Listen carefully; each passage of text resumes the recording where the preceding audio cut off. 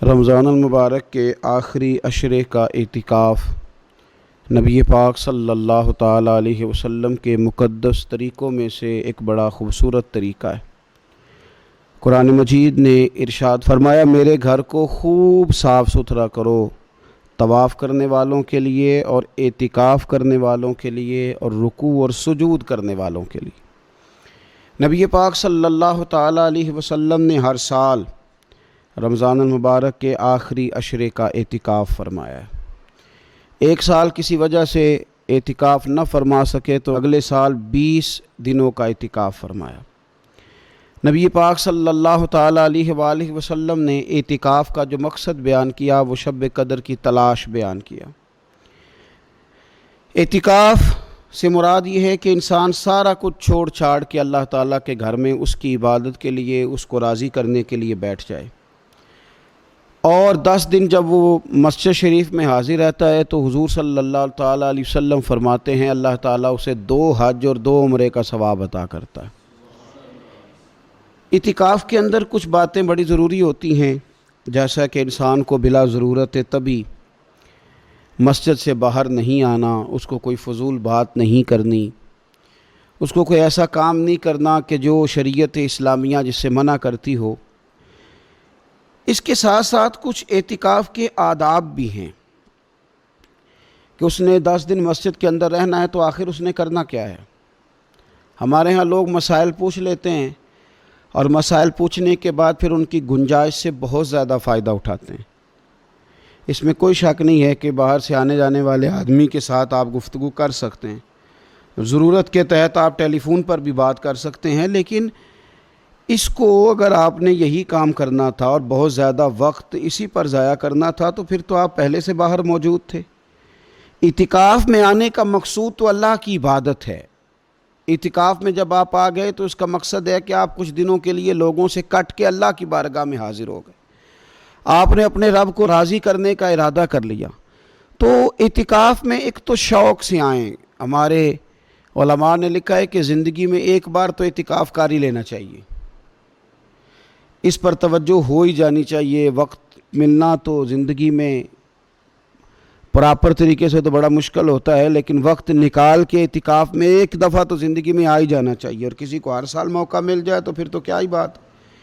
تو اعتکاف کے اندر جو کام ہم نے کرنے ان میں سب سے زیادہ اور سب سے پیارا کام یہ ہے کہ کثرت کے ساتھ قرآن پاک کی تلاوت کریں۔ نبی پاک صلی اللہ تعالیٰ علیہ وآلہ وسلم رمضان المبارک میں قرآن پاک کا دور فرماتے تھے حضرت جبریل امین علیہ السلام کے ساتھ، اور جس سال حضور کا وصال ظاہری ہوا اس سال حضور فرماتے ہیں 2 مرتبہ قرآن پاک کا دور کیا۔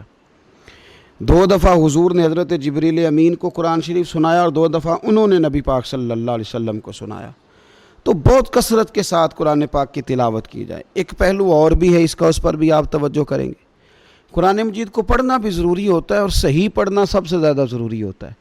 تو اگر آپ کسی ایسی مسجد میں تشریف فرما ہیں جہاں آپ کے لیے بندوبست کیا گیا ہے تو کوشش کریں کہ وہاں قاری صاحب سے، عالم صاحب سے، امام صاحب سے آپ قرآن مجید کو سیکھیں، اور کوئی زیادہ مشکل نہیں ہے۔ پورے 10 دن آپ موجود ہیں، اور اگر آپ 10 دن پوری توجہ کے ساتھ قرآن مجید کے مخارج پہ لگائیں گے تو امید ہے کہ بہت حد تک آپ کو قرآن مجید سمجھنے میں، پڑھنے میں آسانی ہونے لگے گی۔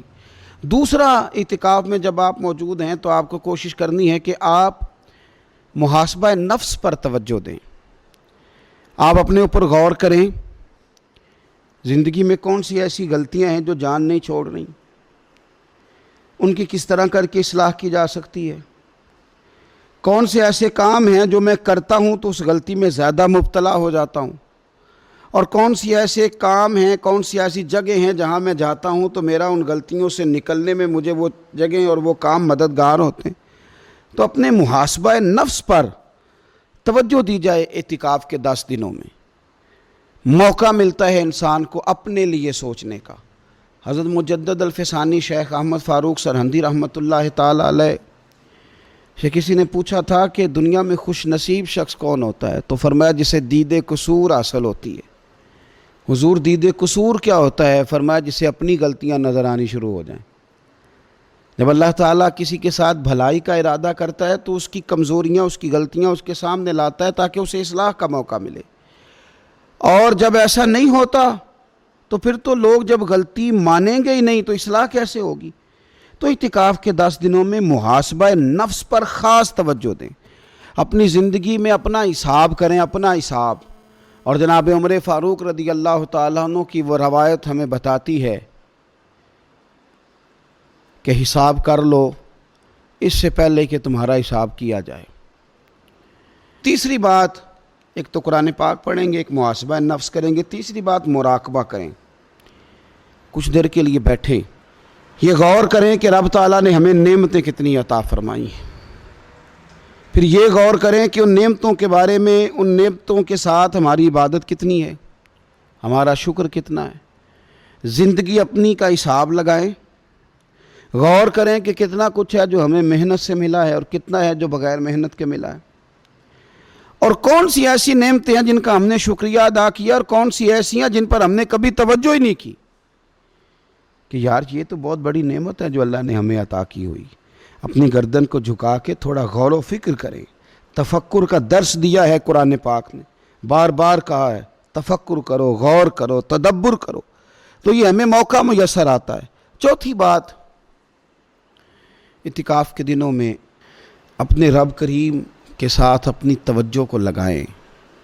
قرآن حکیم نے جو کہا نا کہ رب کی عبادت اس طرح کرو کہ تمہیں نا یقین حاصل ہو جائے، کھل کر اس کی بارگاہ میں سجدے کریں، دعائیں مانگیں۔ ہمارے صوفیہ فرماتے ہیں کہ ایک وقت آتا ہے کہ انسان کو خود اطمینان قلبی نصیب ہو جاتا ہے، اسے محسوس ہوتا ہے کہ واقعی میرا رب مجھ سے راضی ہے، اسے محسوس ہونے لگتا ہے کہ میں اپنے مالک کے قریب چلا گیا ہوں۔ وہ اس کثرت سے نفل پڑھتا ہے، اس ذوق کے ساتھ وہ اس کی بارگاہ میں دعائیں کرتا ہے، اس شوق کے ساتھ وہ تلاوت کرتا ہے، خود محسوس کرنے لگتا ہے کہ اب میرا دل لگنے لگ گیا ہے، اب میں دعا مانگتا ہوں تو مجھے لگتا ہے کہ قبولیت میری دعاؤں کے قریب آنے لگی ہے۔ اللہ نے ہمیں یہ موقع دیا ہے کہ ہم خوب اس پر توجہ کریں۔ پانچویں بات اعتکاف والوں کی خدمت میں یہ عرض کرنی ہے کہ پورے 10 دن ہمارے پاس موجود ہوں گے اور ہم نے مسجد میں ہونا ہے، تو کیوں نہ ایسا کریں کہ از اول تا آخر، صبح سے شام تک ہم ہر وہی کام اسی طریقے سے کرنے کی کوشش کریں جو طریقہ ہمیں رسول پاک نے عطا فرمایا۔ ہمارا کھانا، پینا، سونا، جاگنا، بولنا حضور کی اتباع میں لے آئیں۔ ہم ان 10 دنوں میں ہم پریکٹس کریں کہ ہم نے سنت کے مطابق، حضور کے طریقے کے مطابق سارے کام کرنے۔ آپ اگر یہ ارادہ کریں گے تو پتہ ہے مدینے والے محبوب علیہ السلام نے فرمایا جس نے میری ایک سنت کو زندہ کیا گئے گزرے دور میں رب اسے 100 شہیدوں کا ثواب عطا فرمائے۔ تو اتنا اعزاز ہے۔ تو ان 10 دنوں میں ہونا بھی مسجد میں ہے، ہونا بھی باوضو ہے، تو کیوں نہ سارے کام سیکھا جائے، پڑھا جائے اس سے پہلے کہ کھانا کس طرح کھانا سنت ہے، اور کس طرح بیٹھ کے کھانا سنت ہے، اور پھر کس طرح کر کے گفتگو کرنا حضور علیہ السلام کا مقدس طریقہ تھا، وہ کس طرح سے پھول جھڑتے تھے جن سے لوگ فیض حاصل کرتے تھے۔ تو اعتکاف میں اپنی مصروفیات کو ان 5 کاموں میں لگائیں۔ ایک تو تلاوت قرآن حکیم کریں، دوسرا محاسبہ نفس، تیسرا مراقبہ کریں، تدبر کریں، غور کریں اپنے اوپر بھی اور اللہ تبارک و تعالیٰ کی نشانیوں پر بھی، اور چوتھا یہ کہ کوشش فرمائیں کہ ہم اپنی عبادت کو، اپنی دعا کو، اپنے استغفار کو اس طرح کا بنائیں کہ ہمیں محسوس ہو کہ قرب الہی کے جانب ہمارا سفر ہے۔ اور 5واں، ان 10 دنوں میں سنت اور شریعت کی وہ ساری چیزیں جس کا دین ہم سے مطالبہ کرتا ہے، اب تو ہم بالکل دنیا سے ایک سائیڈ پہ ہو کے بیٹھیں، اب تو اس طرف توجہ کریں۔ اللہ تعالیٰ سمجھنے کی توفیق عطا فرمائے۔